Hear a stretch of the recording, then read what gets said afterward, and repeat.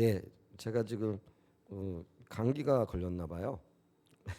별로 심하지 않은 것 같더니 조금씩 더 좋아져야 되는데 뭐 좋아지고는 있겠죠. 오히려 소리가 조금 더 잘 안 나오는 것 같은데 양해해 주시길 부탁을 드리겠고요. 네, 우리 이 시간 하나의 말씀 한 구절 보겠습니다. 요한계시록 21장 5절 말씀입니다. 요한계시록 21장 5절 말씀인데요. 우리 한 목소리로 한번 같이 읽도록 하겠습니다. 시작. 보좌에 앉으신 이가 이르시되 보라 내가 만물을 새롭게 하노라 하시고 또 이르시되 이 말은 신실하고 참되니 기록하라 하시고 아멘. 신년 이렇게 들어가면서 지난 연말까지 우리 교회가 또 우리 개인이 어떻게 주님 앞에 회복되어져야 될 것인가 이 부분들을 좀 살펴봤잖아요. 그리고 이제 신년에 자연스럽게 세계관 문제를 좀 이렇게 볼 수 있기를 원하고요. 작년 이제 여름에 우리 NWWC라 그래서 다음 세대를 위한 캠프를 하는데 캠프의 주제가 성경적 세계관이었죠.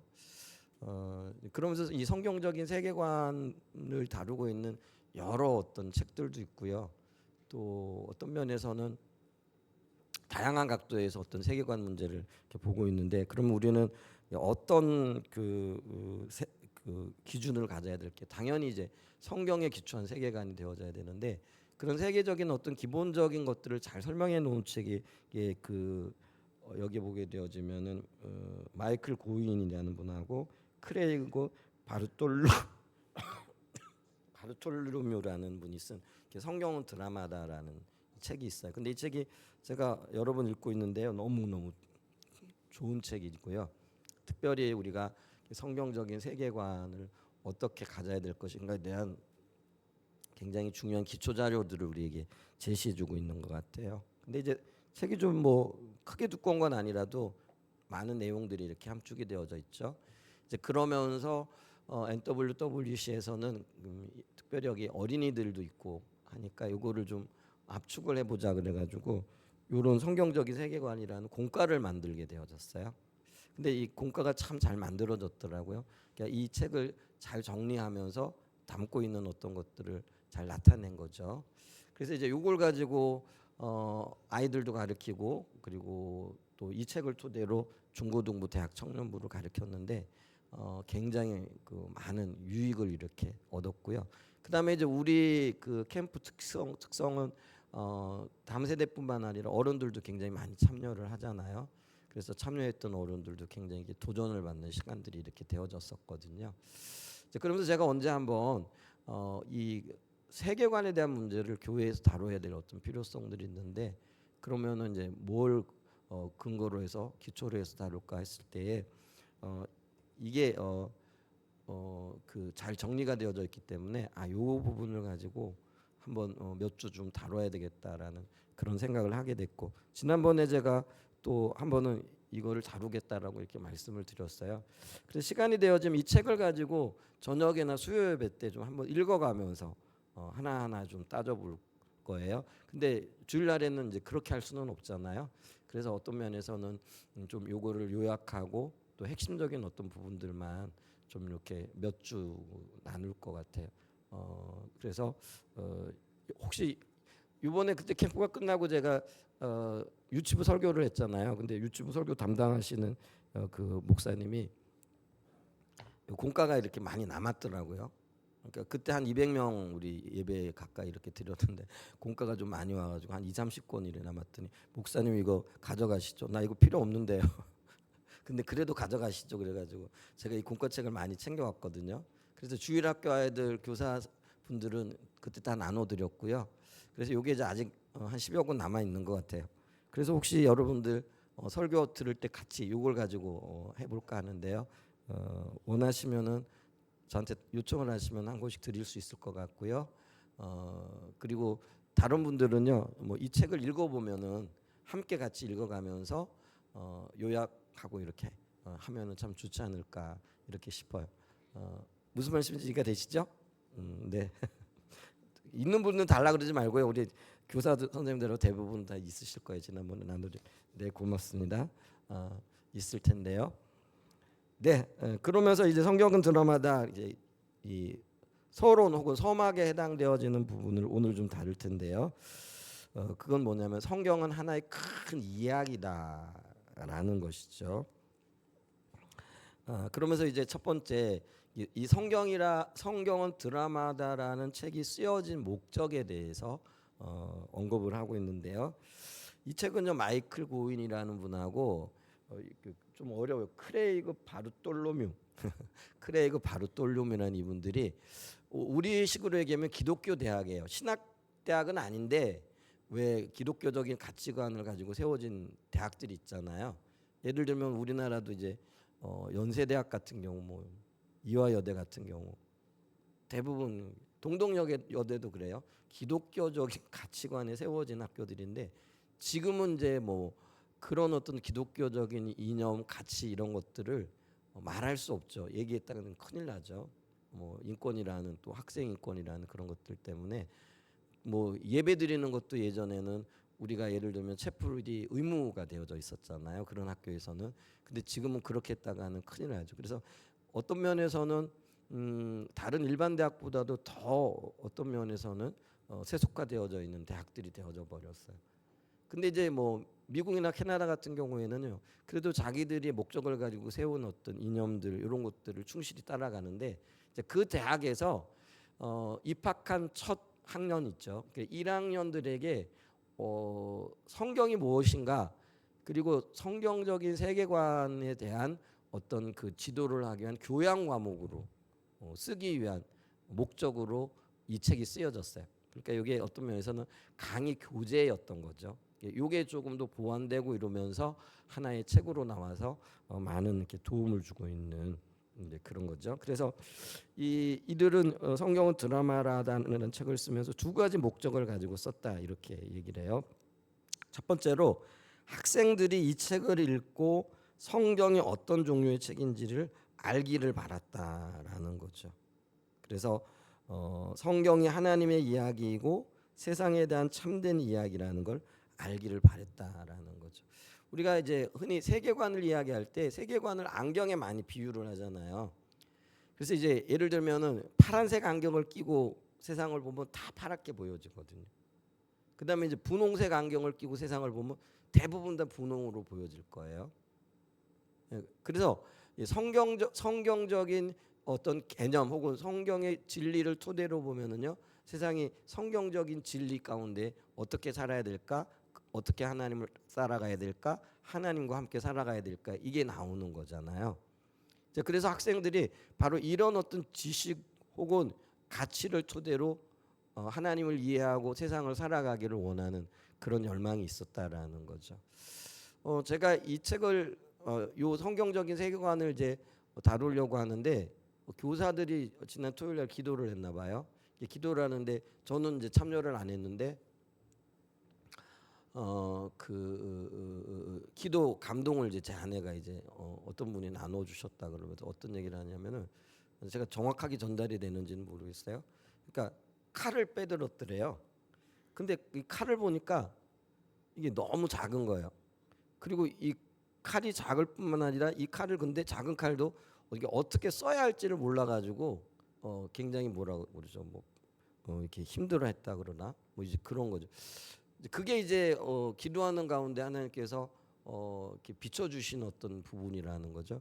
이게 그럼 뭘까 했을 때 이제 그 해석한 부분이 그런 거죠. 이제 칼이라는 게 우리가 성경에서는 말씀에 이렇게 그래서 그 날선 칼 뭐 이렇게 비유를 하기도 하잖아요. 검에다 비유를 하잖아요. 그래서 어떤 면에서는 좌우의 날선검과 같이 우리의 심령과 골수 및 무릎 관절을 찔러 쪼개며 이렇게 말씀하고 있잖아요. 이 칼은 어떤 면에서는 예리하게 잘 벼러져 있으면 이렇게 잘 분리가 되어지고 또 어떤 면에서는 이 말씀이 어둠의 세력들을 물리치는 영적인 전쟁에 굉장히 중요한 수단이 되어지기도 하고 엄청난 어떤 위력을 갖게 되어지잖아요. 근데 이 칼이 너무 작은 거예요. 그러니까 어떤 뭐 쓰임도 소용도 없고 그다음에 이게 전혀 위협적이지도 않고. 그러니까 이 말은 뭐냐면은 우리가 말씀을, 그러니까 이게 그리스도인들이 말씀을 너무 모르고 있거나 혹은 그 말씀을 그 말씀의 진정한 의미와 그리고 그 말씀이 우리의 삶 속에 적용되어짐으로 어떤 열매를 거둬야 되는가, 이런 것들에 대해서 너무 모른다라는 거예요. 아니면 너무 무관심하다라는 거죠. 그러니까 그건 다른 말로 얘기하면은요, 성경에 같이해서 살아가는 우리의 삶이, 그러니까 성경의 토대에서 살아가는 우리의 삶이 어떤 영역에서 보면은요 너무 동떨어져 있고 성경과는 전혀 상관없는 삶을 살아가고 있더라는 거예요. 근데 지금 특별히 서구 사회가 그렇다라는 거죠. 서구 사회가 원래 기독교적인 세계관에 토대했던 사회잖아요. 근데 이제 계몽주의와 합리주의적인 어떤 이성적인 자연주의적인 어떤 세계관이 이렇게 대세를 이루게 되어지면서 그 대부분의 교회를 다닌다고 하는 부모들도 마찬가지고요. 또 그들의 영향으로 교회를 다니지만은 자녀들도 성경에 대한 이해라든지 그게 너무 세속화되어져 있어서 원래 하나님이 의도하셨던 의미 그대로의 말씀들을 모르고 있는 경우들이 굉장히 많은 거죠. 근데 이제 그런 영향이 오늘 한국 교회도 그대로 이렇게 있죠. 그래서 우리가 예를 들면 60년대, 70년대 우리의 신앙의 선배들은요, 말씀을 굉장히 사모하는 마음이 있었어요. 그래서 이제 성경을 읽어야 된다는 부담들이 늘 있는 거죠. 그리고 어떤 분들은요, 특별히 성경을 읽으면서 제가 아는 어떤 분인데 글을 모르는 분이, 그러니까 어렸을 때 글을 못 배웠죠. 저희 어머님도 글을 못 배워가지고 글을 못 읽으셨는데 성경을 하나하나씩 읽어가다가 이제 글 읽는 눈이 띄어진 분들도 많았어요. 그런 간증들은요, 교회마다 그 말씀을 사모하고 말씀을 읽는 거를 장려했던 교회들은요 여러 건이 있어요. 그러니까 제가 아는 분 중에도 실제로 그런 분이 있었고요. 그리고 제가 아직도 기억에 생생한 게 뭐냐면은 제가 신학교 다닐 때 문화동에서, 문화동 아시죠? 저쪽에 그 도서관 밑에 있는, 근데 거기가 굉장히 시골이잖아요. 지금은 이제 다르지만은 그곳에서 이제 자취를 했는데 제 밑에 집에 이제 제가 조금 높은 데 있고 밑에 집에 어느 분이 계셨어요. 근데 그분은요, 밤에 제가 이렇게 어디 갔다가 늦게 이렇게 들어가잖아요. 그러면은 그 집에서 뭐가 어떤 소리가 나오면 성경을 읽는 소리가 그렇게 낭낭하게 흘러나와요. 근데 그분이 연세가 그때 70, 80이셨거든요. 아직 그분의 제가 얼굴 표정이나 이런 게 전에 완전히 머리는요 완전 올백이었어요. 제 머리보다도 올백이셨고, 근데 이제 얼굴이요 그렇게 빛이 나시는 분이었거든요. 키는요 저만 했어요. 근데 이제 연세가 되시고 그러니까 몸도 좀 꾸부정하고 뭐 일하고 뭐 그렇게 농사도 지시고 낮에는 이렇게 가끔 보면 지게도 짊어지시고 뭐 문화동이 좀 그런 게 있잖아요. 아직까지 그런 게 좀 남아 있어서 이게 도로를 기준으로 해가 요쪽은 도시인데 요쪽은 시골이고 뭐 이제 그런 어떤 환경이었던 것 같아요. 이제 그런 모습이 이렇게 나타나는 이렇게 기억이 되는데 항상 제가 저녁 때 이렇게 학교에서 가든지 아니면 볼일 보고 집으로 돌아갈 때면은요 그 집에서 성경 읽는 소리가 그렇게 낭낭하게 들렸어요. 그러니까 그분은 이제 저녁 시간에는 항상 그렇게 성경을 이렇게 읽으시더라고요. 근데 그 모습이 아직도 잊혀지지 않는데 그렇게 좋게 보여졌어요. 그래서 우리가 참 바쁜 시대를 살아가고 있지만은 성경을 좀 읽는, 성경 읽기 운동을 좀 해야 되지 않을까 싶은 그런 마음이 있어요. 우리가 너무 성경에 대해서 무지해요. 이거 안 읽어요. 우리의 신앙이 가장 기초가 되어지는 게 사실은 성경이잖아요. 그래서 좀 읽어야 돼. 죄송합니다. 읽을 때 조금 뭐 2시간 내내 그렇게 할 수는 없지만은 어느 정도는요 낭송을 해서 읽었으면 좋겠어요. 그래서 내가 읽는 소리가 내 귀에 들리도록. 그래서 우리가 성경 그 녹음하자는 이유가 그거예요. 그러니까 내가 성경을 읽을 때 내 귀에 들려지잖아요. 근데 그게 한 번 말하고 또 듣고 또 이중의 효과가 있는 거기 때문에 또 다른 어떤 그 뭐랄까요, 이 임재를 느낄 수 있는 부분이거든요. 그래서 읽고 녹음해보고, 그래서 5분 녹음 이렇게 하잖아요. 5분 정도 이렇게 읽으면은 성경 한 장 한 장 반 정도 이렇게 읽게 되어지겠더라고요. 그래서 여러분들 뭐 그냥 괜히 녹음하자 그래서 그걸 카톡에 올려라 이게 아니고요. 그런 어떤 의도를 가지고 여러분들에게 권면을 하고 있는 거예요. 그래서 한번 읽어보시고요.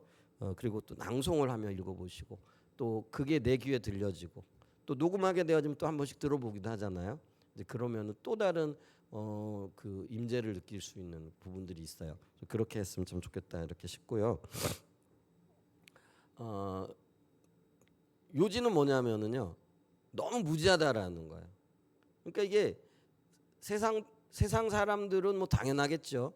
근데 이제 우리 기독교인이라고 하는 저와 여러분들도 성경에 대해서 읽어야 된다는 부담감들은 뭐 있겠죠. 기본적으로 그리스도인이니까.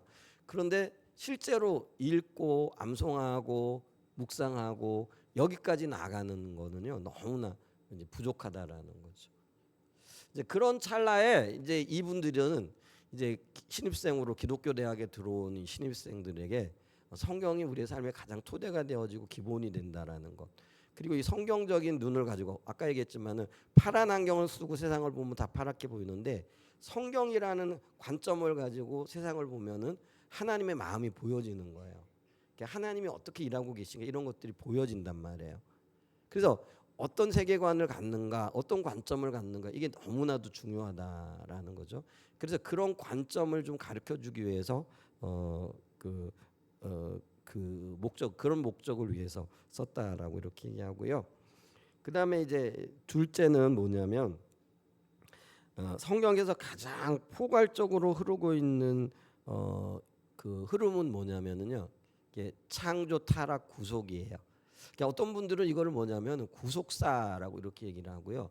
그리고 성경을 보되 혹은 우리의 인생을 보되 구속사적인 관점을 가지지 않고는 성경을 제대로 읽은 게 안 된다 이렇게 얘기를 하거든요. 그러니까 여기 이제 창조하신 하나님, 그에 따른 타락이 있죠. 타락이라는 게 하나님과의 관계가 끊어졌는데, 하나님과의 관계가 끊어진 이것을 하나님 그냥 내버려 두지 아니하시고 오랜 세월에 걸쳐서 하나님과 타락한 사람 사이를 연결시키는 거예요. 그래서 하나님과의 관계를 회복시키려고 하는 그 이야기가 성경의 이야기고, 그게 구속사라는 거죠. 그래서 어떤 면에서는 성경은요, 각 하나의 사건들이 어떤 면에서는 뭐 짜집기 되어져 있는 것처럼 이렇게 기록이 되어 있는 것처럼 보여지잖아요. 창세기만 해도 그렇잖아요. 12장에 가게 되어지면은 아브라함의 이야기가 이렇게 나오죠. 그다음에 이제 24장부터는 이제 이삭의 뭐 결혼 얘기도 나오고, 그다음에 이제 28장 9장 가게 되면 야곱의 얘기가 나오고, 그다음에 이제 41, 2장쯤 가게 되어지면은 요셉의 얘기가 나오고, 뭐 이러니까 야곱의 이게 아브라함의 얘기인가, 야곱의 이야기인가, 뭐 또 이삭의 이야기인가, 아니면 요셉의 이야기인가. 근데 그렇지 않다라는 거예요. 한 사람의 혹은 한 사람의 사건들이 아브라함으로부터 시작해서 이삭, 또 야곱, 요셉으로 이어지면서 하나님은 하나의 목적을 향하여 나가는데, 그게 구원을 위한 하나님의 목적이라는 거예요. 그러니까 성경은요, 하나의 통일성이 있는 이야기라는 거예요. 그러니까 개개의 사건이 아니고요, 그 개개의 사건이 어떻게 이어지고 있는가, 이런 것들을 살펴봐야 된다라는 거죠.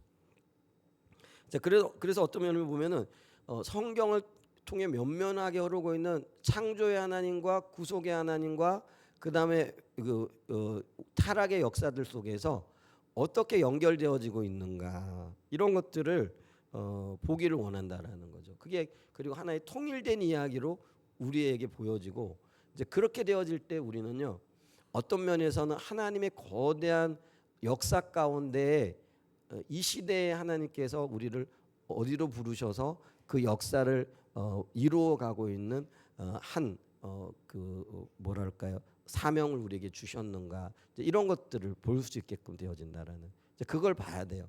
그래서 우리가 개별적인 게 아니고요. 하나님의 큰 계획 속에서 우리를 부르셨을 때 이 부르심이 과연 이 아브라함으로부터 시작되어진 놀라운 구원의 역사 가운데 어떤 위치를 차지하고 있고 그리고 우리가 어떻게 거기에 반응해야 될 것인가 이런 것들이 보여진다라는 거예요. 그러고 그거를 볼 수 있도록 성경적인 관점을 열어가야 된다라는 거죠. 그거는요 다른 말로 얘기하면 성경적인 세계관을 갖는 거라는 의미죠. 그래서 우리가 성경적인 세계관을 갖게 되어질 때에 우리가 말하는 것, 행동하는 것, 살아가는 삶의 모든 영역들이 성경에 맞춰줄 수밖에 없다라는 거죠. 그 목적을 가지고 있다라는 거죠. 자, 그 다음에 두 번째는 뭐냐면은요. 성경은 하나의 큰 이야기라는 거예요.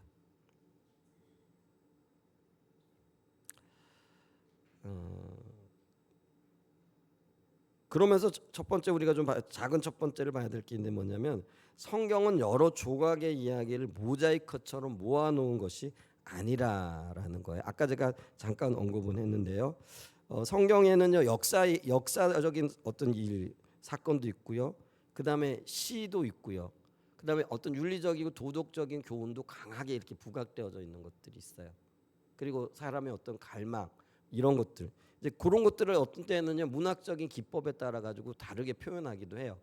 이게 예를 들면은 성경을 우리가 역사서로 나누는 것들도 있고요, 시편으로 나누는 것들도 있잖아요. 그게 이제 시편이라는 거는 문학이라는 어떤 의미가 있고요, 또 예언이라는 어떤 장르죠. 이제 이런 것들로 이렇게 나눠주기도 한다라는 거죠. 근데 다양하게 나타나 있는 이 이야기들 그리고 문학적인 장르가 동원되어짐에도 불구하고 이건 별개의 이야기가 아니라는 거예요. 그러니까 우리가 시편을 읽으면서도 그 시편에서 우리는 뭘 볼 수 있는 거예요? 하나님의 위대한 구원의 계획과 역사를 볼 수 있는 거라는 거죠. 그리고 예언서를 읽으며 역사서를 읽으면서도 하나님께서 창조와 또 타락 그리고 그 구속을 향하신 하나님의 그 열정을 어떻게 드러내고 계신가 이거를 볼 수 있다라는 거예요. 그러니까 아까도 얘기했지만은요, 별개의 사건인 것처럼 보여지는 모든 것들이 하나님의 의도되어지고 또 인도하신 가운데 하나의 통일체를 가지는 사건들이고 연결되어지는 사건들이라는 거예요. 근데 이걸 못 보게 되어지면은요, 우리는 그냥 그 성경에 나와 있는 거를 이거는 문학적인 표현이네, 이거는 뭐 역사적인 사건이네, 이거는 이제 뭐 도덕적인 거 윤리적인 어떤 교훈을 강조하는 거네, 뭐 이렇게 끝나버릴 수 있다라는 거예요. 근데 그게 아니라라는 거죠.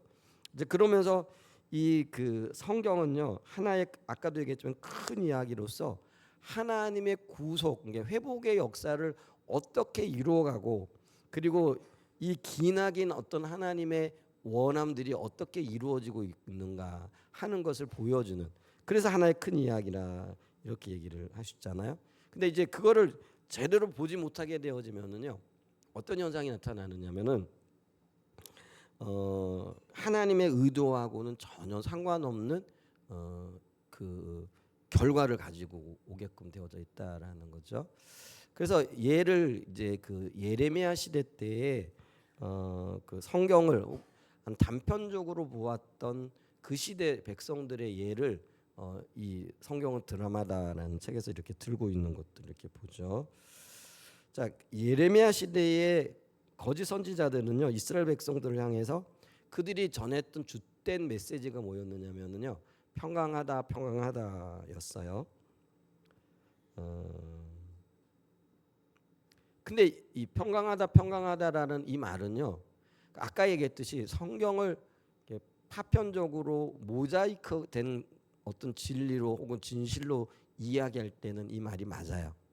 그런데 성경을 하나의 큰 이야기로 볼 때는요 이게 하나님의 진리하고는 또 하나님의 의도하고는 안 맞다라는 거예요.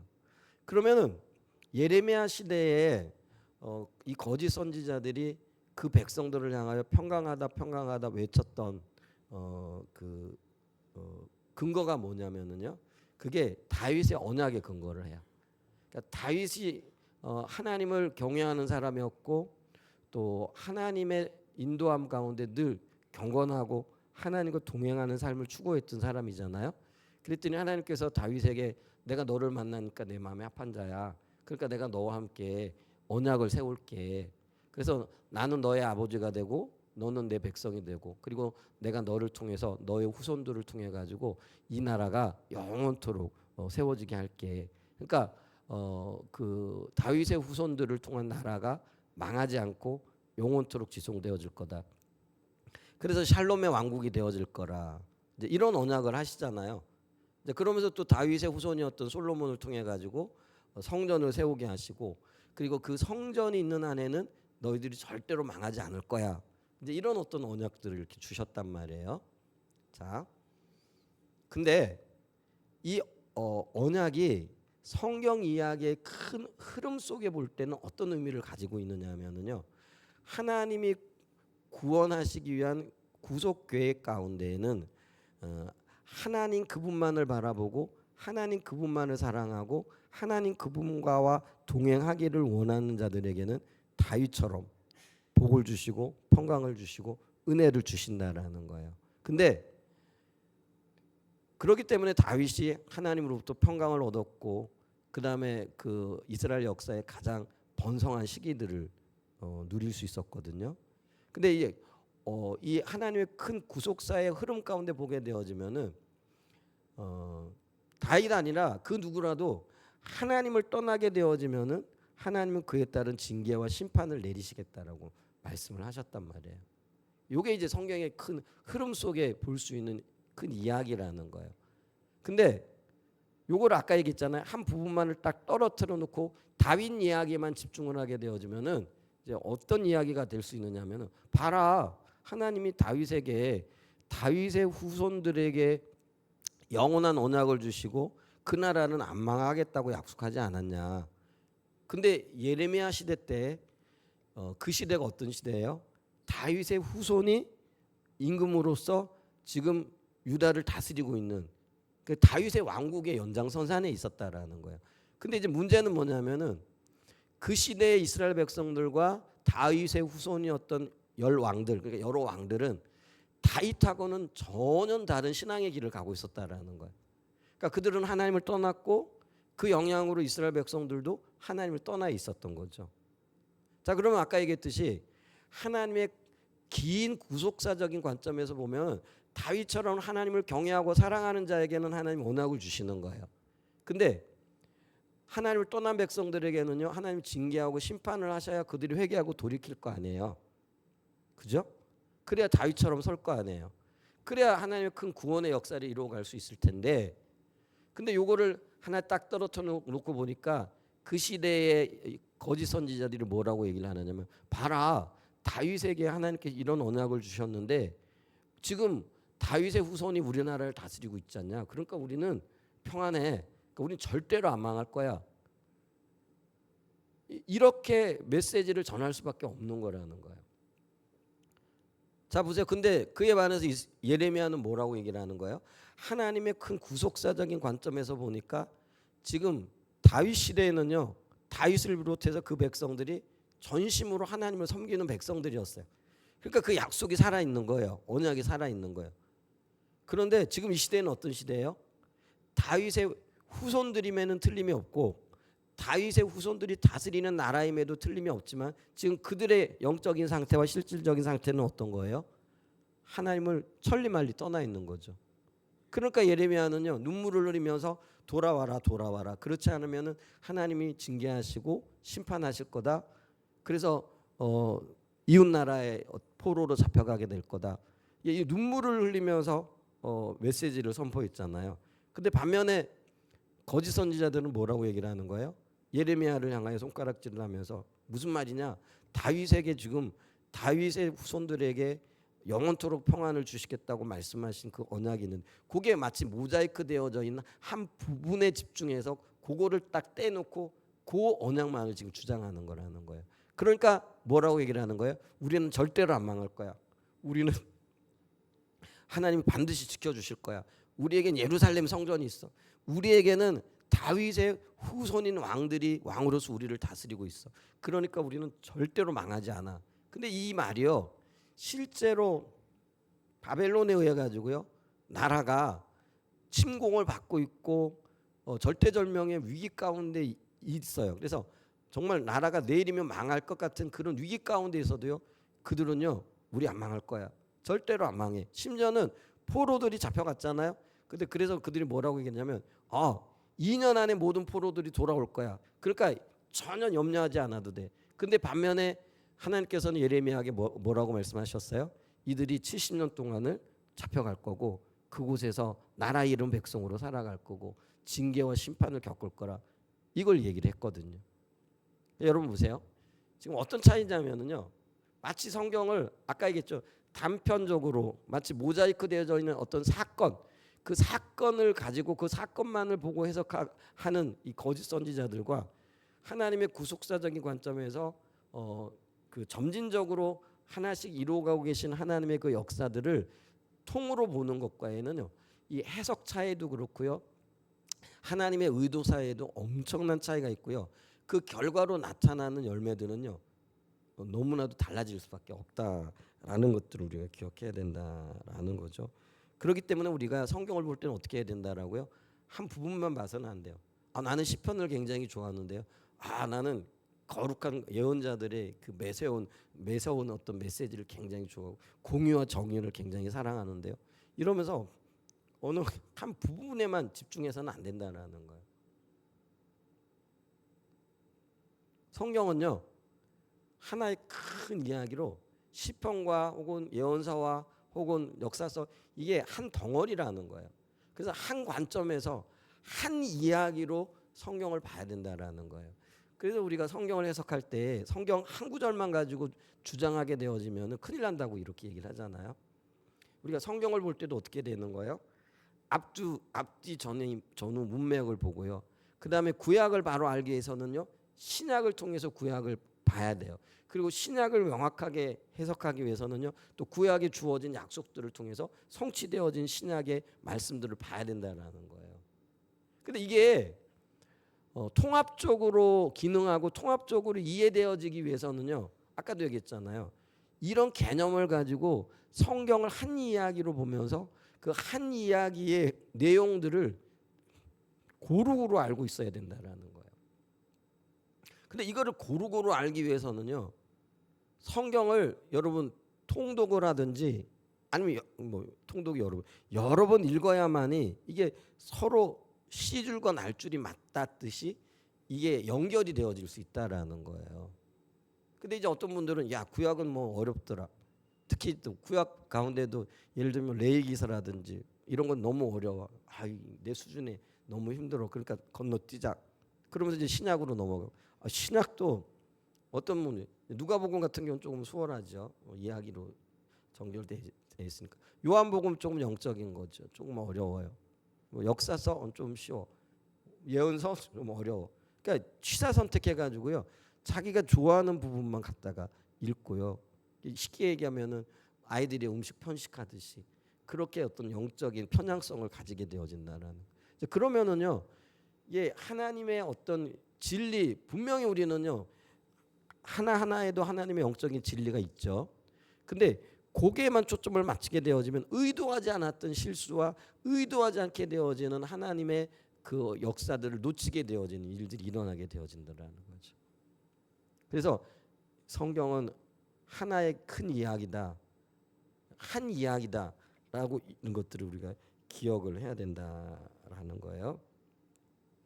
그렇기 때문에 우리는요, 어떤 영역에서 보게 되어지면은 그 예레미야 시대 때 또 이사야 시대 때도 마찬가지예요. 그 시대가 한 100년 이상 차이가 남에도 불구하고 그들에게 보여졌던 어떤 삶의 모습은 여전한데, 그들은요, 어떤 면에서는 자기가 좋아하는 것, 자기에게 유리한 것, 혹은 자기가 선호하는 어떤 것들을 붙잡고 전체적인 하나님의 역사들을 보지 못하는, 그리고 그것만을 주장하게 되므로 어떤 면에서는 올바른 영적인 지도가 일어나지 않게 되어지는 그런 일들이 있고요. 그게 결국은 하나님이 징계하실 때 손도 한번 써보지 못하게 되고 그 징계 가운데 무너질 수밖에 없는 거죠. 여러분, 이 징계라는 게 훈련이고요, 그리고 하나님께서 우리를 교육하시는 거잖아요. 그렇기 때문에 이 징계가 끝이 아니에요. 징계가 있다라는 거는 하나님께서 우리를 돌이키겠다고 하는 의도거든요. 그러면 징계가 있을 때 하나님의 징계의 의도를 알고 또 하나님의 어떤 그 일하시는 어떤 하나님의 마음을 알고 돌이키게 되어지면은요, 오히려 그 징계가 복이 되어지고 하나님의 의도가 세워지게 되어지는 역사가 있게 된다라는 거예요. 근데 아까 얘기했던 편협한 성경 그 이해 혹은 자기가 좋아하는 어떤 그 부분만을 붙잡고 있게 되어질 때에 하나님의 전체적인 역사를 못 보게 되어지는 거예요. 이제 그러면서 하나님의 의도를 놓치게 되어지고 결국은 최종적인 징계까지 나갈 수밖에 없게 되어지는 그런 현상들이 나타나게끔 되어진다라는 거예요. 그래서 성경을 큰 맥락 속에서 하나님이 도대체 어떤 의도를 가지고 결국은 하나님이 우리를 구원하시기 위한 계획을 가지고 계신데 그걸 어떻게 깨닫고 어떻게 우리가 반응해야 될 것인가 이걸 볼 수 있게 된다라는 거죠. 그래서 우리가 성경을 하나의 큰 이야기로 이해할 수 있는 그런 생각이 필요해요. 그래서 성경은 전체적으로 그리고 수천 년에 걸쳐 성경이 쓰여졌는데 1600년 정도 걸렸잖아요. 그래서 그 하나님의 의도 가운데는 점진적으로 하나님의 어떤 그 계시들이 이렇게 더 주어지면서 하나님께서 어떤 일들을 이루어가고 계시구나. 그러면서 그 한 부분도 전체 부분에서 부분을 볼 줄 알고 부분과 전체가 어떻게 연결되어지는가 이런 것들을 좀 볼 수 있어야 돼요. 그래서 통일된 이야기다라는 개념을 늘 가지고 계실 수 있는 은혜가 있기를 축복합니다. 그래서 세 번째로요. 성경 이야기가 우리의 삶의 그 기초가 되고 토대가 되어지기 위해서는요. 두 가지를 알아야 되는데 그게 첫 번째가 뭐냐면요. 성경 이야기가 우리가 의존할 강력한 통일체라는 걸 알아야 된다라는 아까 얘기했죠. 그래서 이게 한 맥으로 흐르는 통일체다. 그래서 이게 분리되어지지 않고 그리고 하나님의 의도는 하나님은 어제나 오늘이나 영원토록 동일하신 분이잖아요. 그래서 예를 들면 창세기 하나님이 다르고 또 중간쯤 와가지고 우리가 성경을 기준으로 봤을 때 시편의 하나님이 다르고 그 다음에 맨 마지막에 있는 요한계시록의 하나님이 다른 분이 아니에요. 그러니까 창세기 하나님이나 시편의 하나님이나 요한계시록의 하나님이나 동일한 분으로서 동일한 목적과 동일한 의도를 가지고 계시다라는 거예요. 이제 그거를 우리가 이해하게 되어지면은요, 우리가 어디에다가 삶의 초점을 맞춰야 되고 어떻게 우리 자신이 빚어져야 되고 또 어떻게 주님 앞에 반응해야 될 것인가 이런 것들이 나타나게끔 돼 있다라는 거예요. 보여지게끔 되어져 있다라는 거죠. 그리고 둘째요, 이런 하나님께서 일관되게 어떤 일하고 계실 때에 시대마다 사람들을 부르고 계시잖아요. 그리고 오늘날에는 하나님께서 저와 여러분들을 부르고 계시죠. 그러면 주님이 부르신 그 사람들, 저와 여러분들에게는요, 우리 모두의 각자의 자리가 있다라는 거예요. 여기서 우리가요, 우리의 사명과 소명이 나오는 거예요. 그래서 우리가 통일된 하나님의 일하심 가운데에서 하나님께서 시대마다 그러니까 아브라함 시대는 하나님 아브라함을 부르셔서 하나님의 구속의 이야기를 펼쳐 가시잖아요. 그다음에 뭐 이삭은 이삭의 시대. 이제 쭉 나와 가지고요. 모세는 모세의 시대. 다니엘은 다니엘의 시대. 지금은 우리 시대는요. 하나님께서 우리를 부르셔서 일들을 하고 계신데 어떤 일들을 하고 계시다고요? 아브라함이 하셨던 일들 이때의 일이 다르고 우리 시대에 일하는 일이 다른 게 아니에요.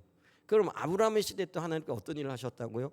하나님의 구원을 완성하기 위한 밑그림을 가지고 계시고 그걸 이루기 위해서 아브라함을 통해서 일하셨다라는 거예요. 그러면 오늘날 하나님께서 우리를 부르셔서 어떤 일을 하실까요? 아브라함과는 전혀 상관없는 그런 일을 하실까요? 새 시대고 아브라함이 우리가 기원전 2000 벌써 기원전 4000년 사람이라 2400~500년 사람이라 이렇게 얘기하니까 야 뭐 한 3500~600년 전의 분이기 때문에 우리하고는 전혀 뭐 상관이 없는 거예요. 그게 아니고요. 하나님은 아브라함을 부르시고 아브라함을 통해 하셨던 그 일을 이 시대에 저와 여러분을 부르시고 저와 여러분을 통하여 그 일을 이루고 계신다고요. 근데 이게 이해가 되세요? 그러니까 이게 이해가 되어지는 전제 조건이 뭐냐면은 성경이 하나님의 큰 이야기로 하나님은 한 목적을 가지고 일하신다라는 그게 보여져야 된다라는 거예요. 그게 성경적인 세계관이라는 거예요. 그리고 그게 우리가 성경의 이야기를 따라 살아가야 할 이유라는 거예요. 근데 이게 너무나 먼 이야기처럼 느껴지잖아요. 그러니까 성경이 우리에게 영향을 못 미치는 거예요. 그리고 어떤 분들은 성경의 구약의 이야기를 그거 옛적의 고리타분한 이야기, 쾌쾌 묵은 이야기 이렇게 일하는. 근데 그게 아니라는 거예요. 그 시대에 일하셨던 하나님은 지금도 여전히 동일한 방식과 동일한 목적을 가지고 동일한 어떤 하나님의 뜻을 우리를 통해서 이루어가고 계신 거예요. 그러니까 날마다 새로운 거죠. 근데 새로운데 하나님의 의도는 같아요. 결국은 하나님의 의도는 뭐예요? 잃어버린 모든 영혼들을 주님께로 또 돌이키게 하는 거예요. 물론 그 정점이 예수 그리스도예요. 그런데 그렇다고 해가지고 구속 사역이 완성된 게 아니잖아요. 그건 언제 완성되어져요? 주님 다시 오실 때 완성되어진다라는 거예요. 그래서 주님은 지금도 일하고 계시잖아요. 그러니까 아브라함 시대에도 하나님은요 주를 알지 못하는 백성들을 돌이키기 위해 일하셨다라는 거예요. 다니엘 시대도 하나님 그렇게 일하셨다라는 거예요. 그럼 지금 이 시대도 하나님 일하시는 하나님의 방향과 목적이 뭐예요? 결국은 잃어버린 영혼들을 찾는 거잖아요. 근데 그게 창조 타락 구속의 이게 한 맥 속에서 흐르고 있는 하나님의 역사라는 거죠. 자, 이걸 이해하게 되어졌을 때 아까 제가 얘기했잖아요. 그럼 우리가 이 시대에 어떻게 살아야 될 것인가? 우리가 뭘 바라봐야 될 것인가?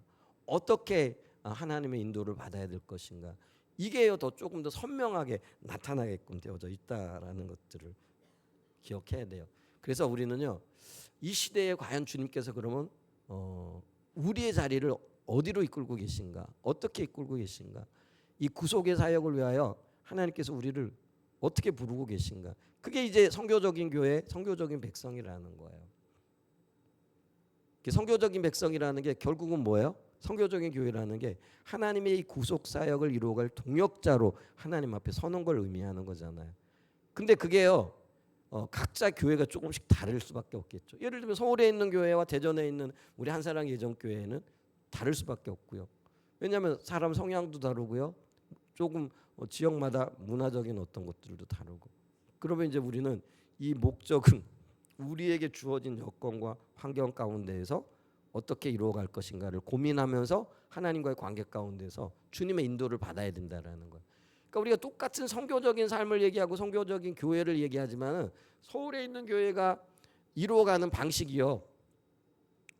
또 대전에 있는 한사랑 예전교회가 이루어가는 방식은요. 목적과 의도는 같을지 모르지만 조금 다르게 나타난다라는 거예요. 그래서 어떤 교회는요. 구제를 통해 가지고 이런 목적을 이루어가는 교회들이 있어요. 제가 한 20년 전에 읽었던 교회가 갑자기 생각이 나는데 여러분 감작사는 교회라고 들어보셨어요? 못 들어보셨나? 그 교회는 이제 그 교회 그 어려운 이웃들을 있잖아요. 집을 보수해주고 예를 들면 있잖아요. 팀을 이루어 가지고요. 교회 식구들이 그 뭐라 그러죠? 벽지 바르는 거, 그거 이게 실내 인테리어 뭐 이런 거. 또 어떤 사람들은 뭐 그 수도 같은 거 고쳐주고 이런 팀이요 교회에 짜여져 있는 거예요. 그런 게 굉장히 특화되어져 있어요. 그러니까 주변에 그런 일만 찾아다니는 거죠. 그러면서 그 집을 섬기고 어려운 이웃들을 섬기고 그러면서 그들이요 그들의 선행을 보고 그들의 구조 활동을 보면 어떻게 되어져요? 교회로 돌아오게 되어지는 일들이 있게 되어지는.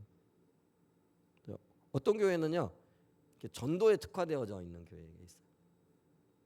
그래서 뭐 노방 전도를 하든지 아니면 뭐 관계 중심 전도를 하든지 뭐 이런 걸 통해 가지고요 사람들을 부지런히 복음 전하고 오는. 자 그러면 여기 제가 여쭤볼게요.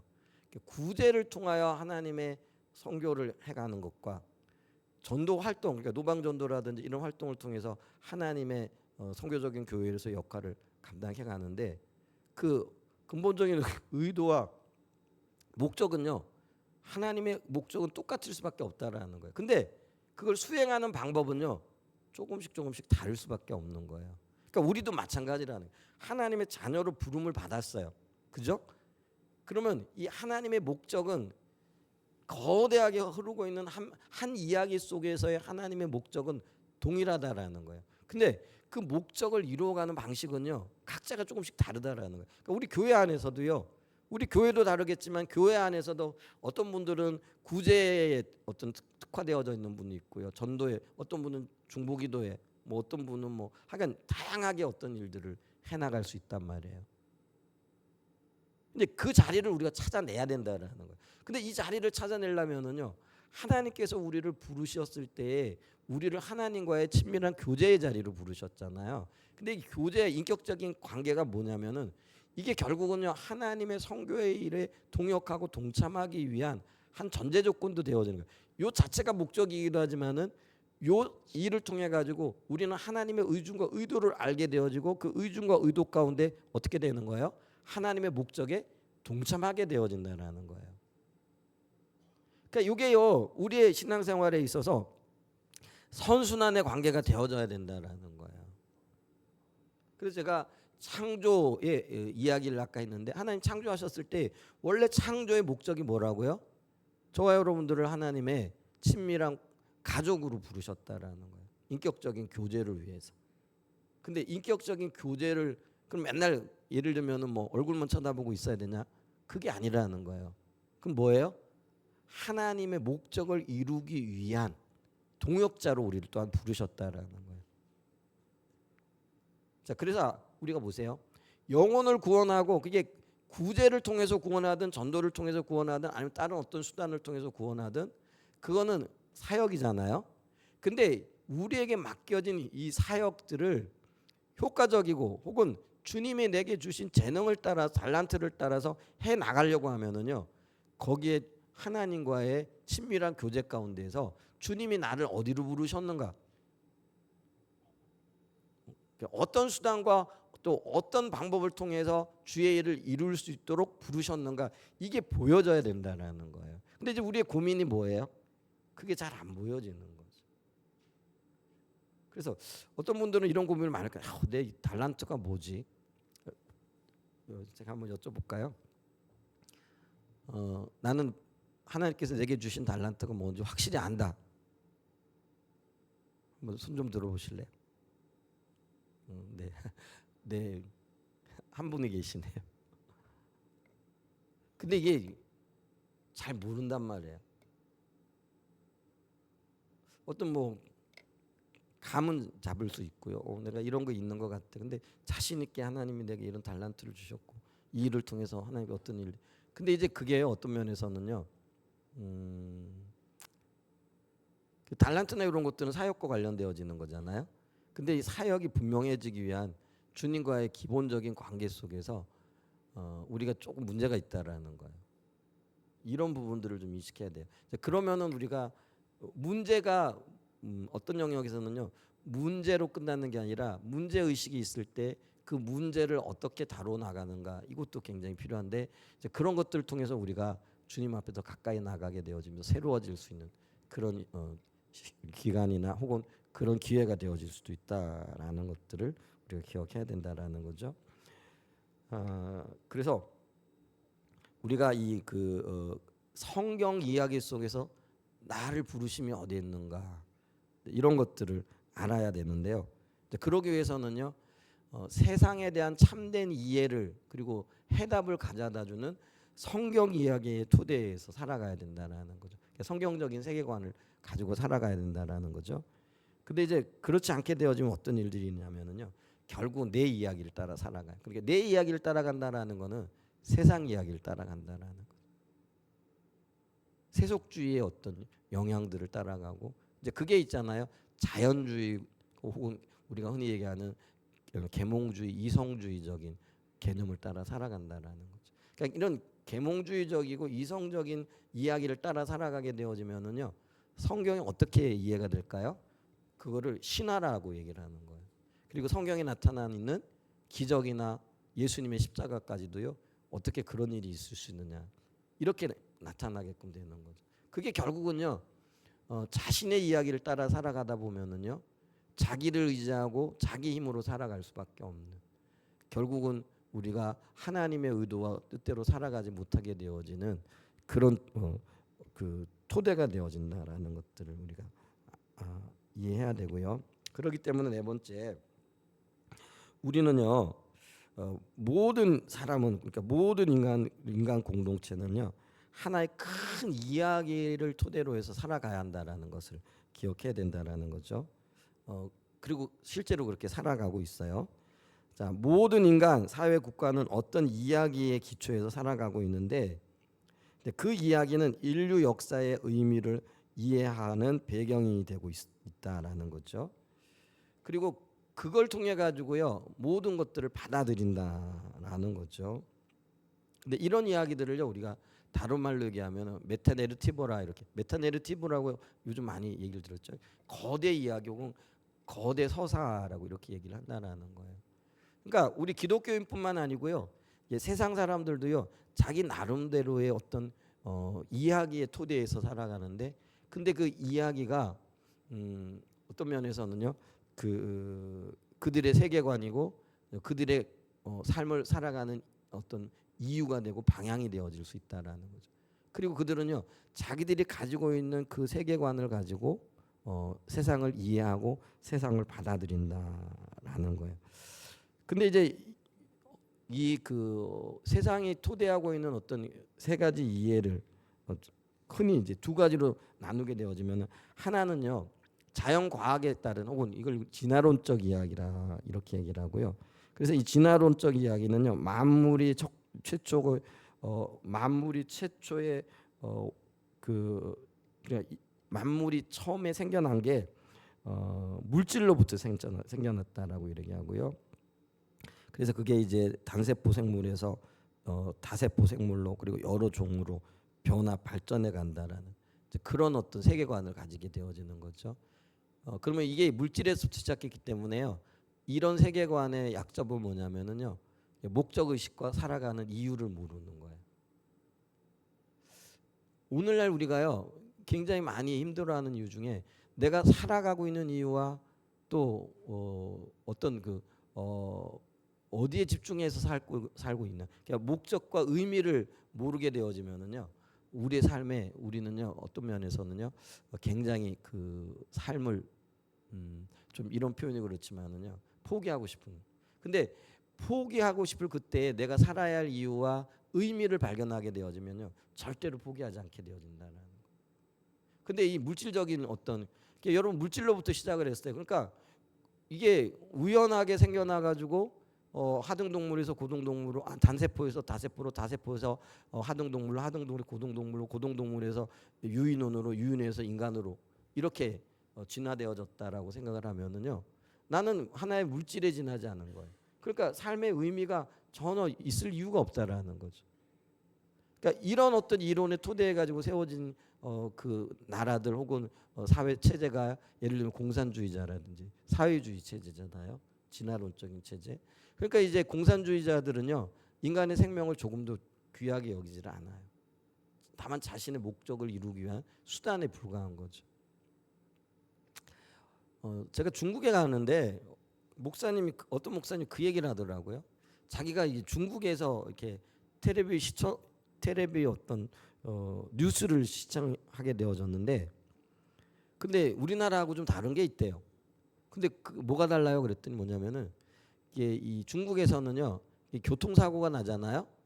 그럼 교통사고가 나가지고 사고가 난 현장에 사람이 치여가지고 죽고 막 피를 흘리고 있잖아요.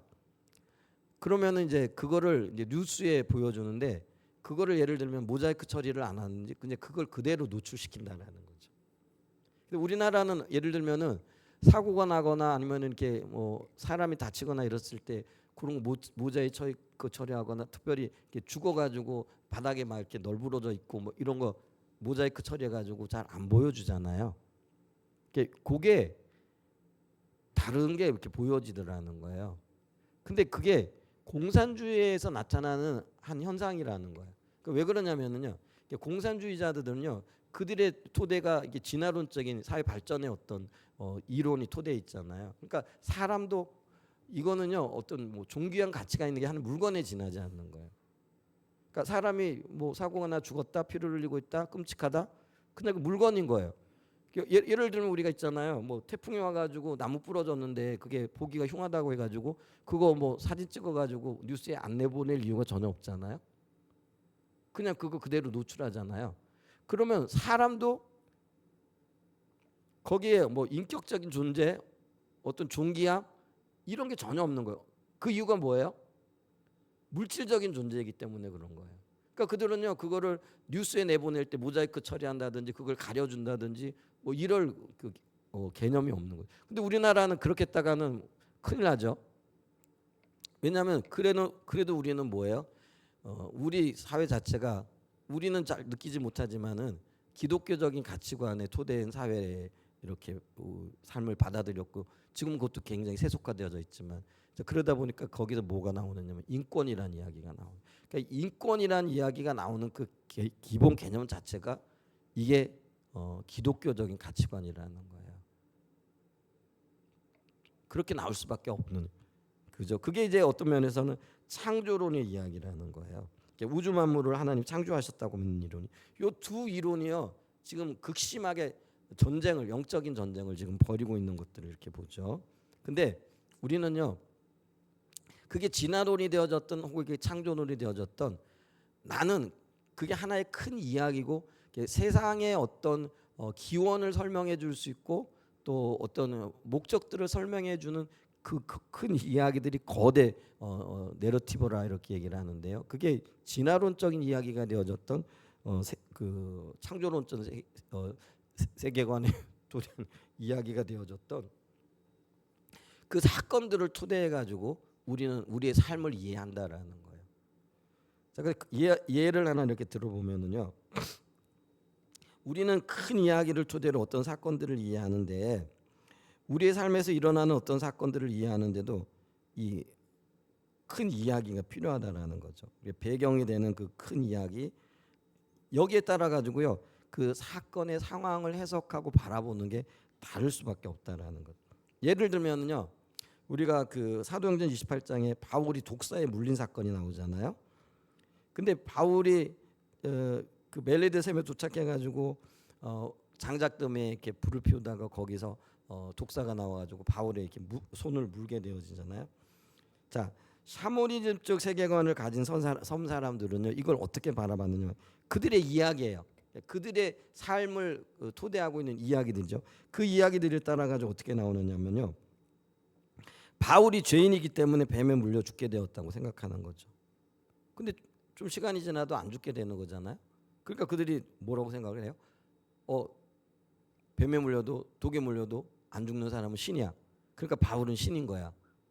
그들이 바울을 나중에 신으로 대접을 하게 되어지잖아요. 근데 오늘날 서구 합리주의적 세계관 이게 이제 진화론적 세계관을 가진 사람들이 보는 그리고 이런 세계관을 가지고 신학을 하는 자유주의 신학자들은 뭐라고 얘기를 하냐면요.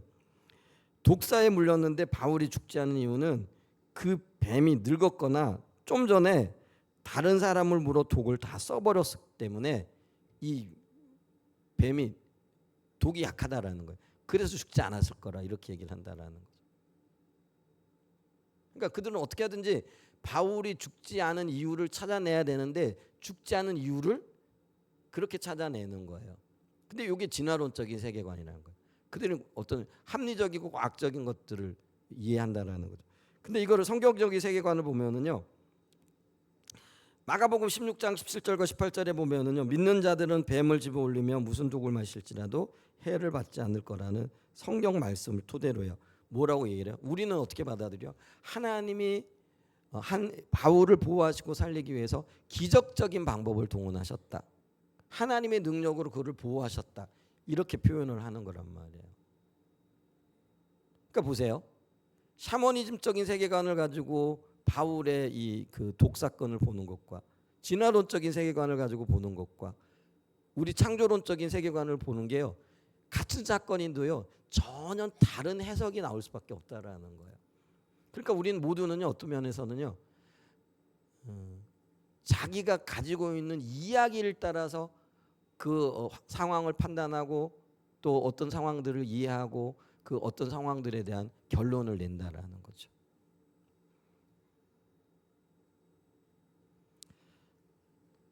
그리고 지금 우리 가운데 일어나고 있는 많은 이야기들 중에 또 이혼에 대한 것도 그렇다라는 거예요. 이게 성경적인 세계관을 가진 사람들은요, 예수님의 말씀대로 하나님이 하나 되게 하신 것을 사람이 나눌 수 없다는 성경 말씀 때문에 그 이혼해서는 안 된다 이렇게 가르치잖아요. 그래서 교회에서 누가 와서 나 이혼할래, 나 도저히 저 남자하고 못 살겠어, 저 여자하고 그래도 참아봐라, 그래도 주님 은혜를 베푸실 거다, 이렇게 견뎌라 이렇게 가르치잖아요 우리는.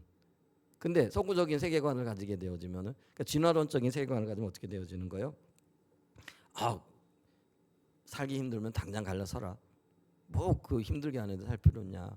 그래가지고 개인의 성장이나 성숙이 어떻게 있을 수 있느냐? 힘들고 어려운데 어떻게 성장할 수 있어? 그러니까 이혼을 개인의 성장을 위한 용기 있는 결단으로 여긴다라는 거예요. 그러니까 그걸 장려하는 거예요. 그러니까 이제 서구 사회의 이혼율이 높아지고, 우리나라도 한때, 지금은 모르겠는데요. 결혼한 그 가정의 50%가 이혼을 했다 그러잖아요. 근데 이렇게 할 수밖에 없는 게요, 내가 가지고 있는 가치관과 세계관에 영향을 미치는 거라는 거예요. 그러면 이제 제가 여러분에게 질문을 할게요. 우리는 적어도 그리스도인으로서 이 땅을 창조하신 분이 하나님이라고 믿고 있고 또 그 신념을 따라 살아가잖아요. 그러면 우리의 세계관이, 우리의 이야기가, 우리가 삶을 인식하고 상황을 보고 환경을 이해하는 것이 어디에 토대해야 되느냐라는 거예요. 성경적인 세계관이 토대해야 되잖아요. 근데 우리가 사는 모습은 뭐예요? 바른 교회인 것 같은데 행동하는 거는 진화론적인 사고관, 서구적인 세계관에 토대해 가지고요, 그걸 그대로 해요. 그러니까 교회가 빛과 소금으로서의 어떤 삶과 산위의 도시로서의 역할들을 감당하지 못하는 이 시대를 우리가 그렇게 보고 있더라는 거죠. 근데 재밌는 건 뭐냐면은요, 진화론적인 세계관을 가지고 있는 이 사람들도요, 이 진화론적인 세계관이 이 시대를 구원할 유일한 어떤 세계관이고 구세주라고 생각을 하는 거예요. 그러니까 이런 세계관을 가지고 있는 사람들은요, 창조론적인 세계관을 가지고 있는 교회가 너무나도 못마땅한 거예요. 그러니까 교회를 적으로 돌리는 거예요. 그래서 어떤 면에서는 서구적인 세계관과 교회 창조론적 세계관이 거의 매일 그 모든 영역에서 지금 부딪히고 있는 영역이 되어지고 있더라라는 거죠. 근데 우리가요, 그 서구적인 세계관이 유용할 거라고, 과학적인 어떤 토대, 진화론적인 어떤 삶이 우리에게 유익을 가져다주고 발전을 가져다 올 거라고 생각했는데요, 이제 그게 무너져 내리고 있죠. 그런 것들을 추구하고 나가다가 사람의 어떤 극단적인 그게 이제 전쟁으로 나타나는 거죠. 발전을 이루려고 했는데 전쟁이 일어나면서 어떤 현상이 나타나요? 오히려 파멸하고 파괴되어지고 모두 다 죽게 되어지는 이제 그런 현상들이 나타나는 거죠. 이제 그러면서 어떤 면에서는요, 현대 모더니즘이요, 이제 이런 부분들을, 이게 어떤 면에서는 그런 이 극단적인 상황들을 맞이하면서 이게 해답이 아니네, 이런 것들을 발견하게 되어지는 거죠. 근데 이게 해답이 아니라는 거를요, 이미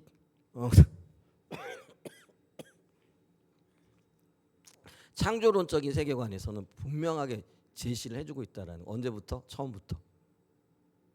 처음부터 그걸 제시하고 있고요, 마지막 순간까지도 그거를 지금 말씀하고 있다라는 거예요.